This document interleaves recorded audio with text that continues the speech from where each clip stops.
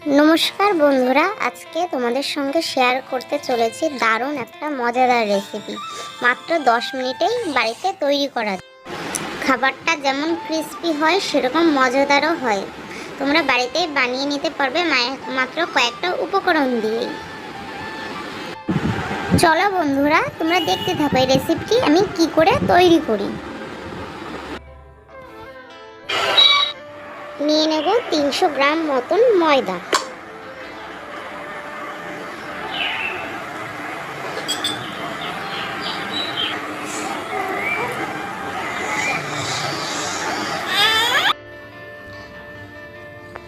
Half teaspoon লবণ দিয়ে দেবো। তারপর half teaspoon baking soda,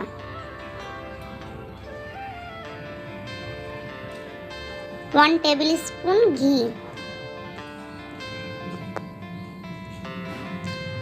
1 table spoon oil.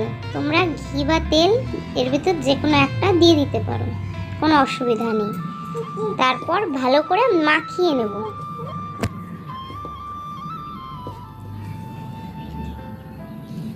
এইভাবে মাখিয়ে নিলে তোমাদের ডোটাও সুন্দর হবে মাখানো।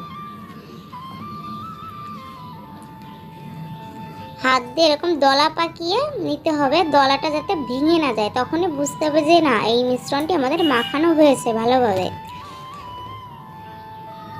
সামান্য জল দিয়ে অল্প অল্প করে মাখিয়ে নেব।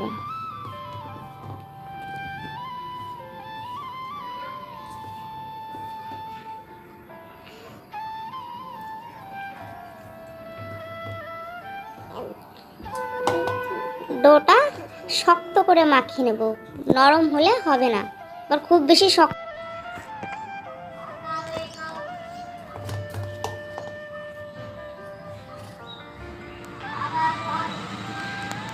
ঢাকনা দিয়ে ঢেকে 10 মিনিট রেস্টে রেখে দেব। আর এপাশে গ্যাস অন করে চিনির শিরাটা বানিয়ে নেব। গ্যাস অন করে কড়াইটা বসিয়ে দিলাম, তারপর দিয়ে দিলাম চিনি। ওই কাপেরই 1 কাপ জল দিয়ে দিলাম। আস্তে আস্তে চিনির শিরাটাকে জাল দিয়ে তৈরি করে নেব।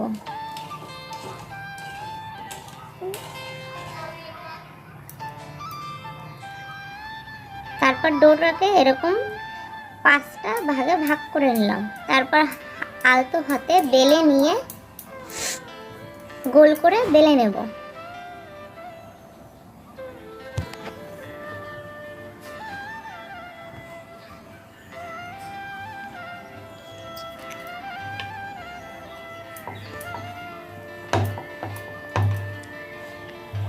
এরকম করে তোমরা সবকটা ডো বেলে নেবে। তারপর একটার পর একটা ডোতে এরকম তেল মাখিয়ে ভালো করে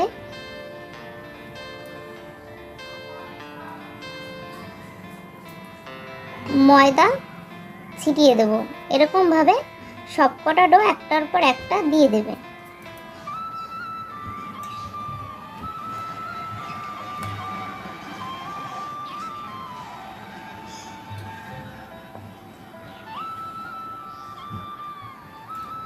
এরকম সবকটা দিয়ে নিলাম।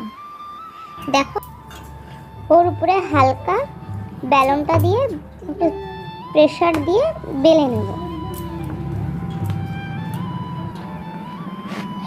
এরপর চাকু দিয়ে নিজেদের পছন্দ মতন শেপ করে নিতে পারো, কিন্তু আমি 4 কোণা শেপটা তৈরি করে নেব।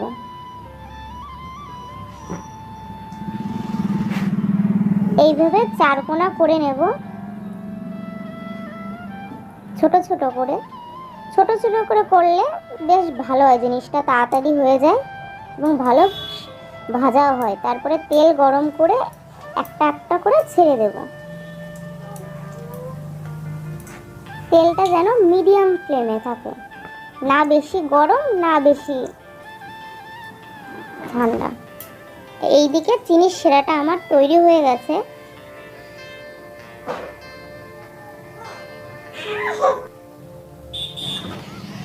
এদিকে আমার ভাজা হয়ে গেছে, এরকম লাল লাল করে ভেজে নিতে হবে জিনিসটা। তারপর উঠিয়ে কড়াইতে চিনি শিরাতে দিয়ে দেব। আমার 10 মিনিট রেখে তারপর নামিয়ে নিলেই তৈরি হয়ে যাবে এই সুন্দর রেসিপিটি।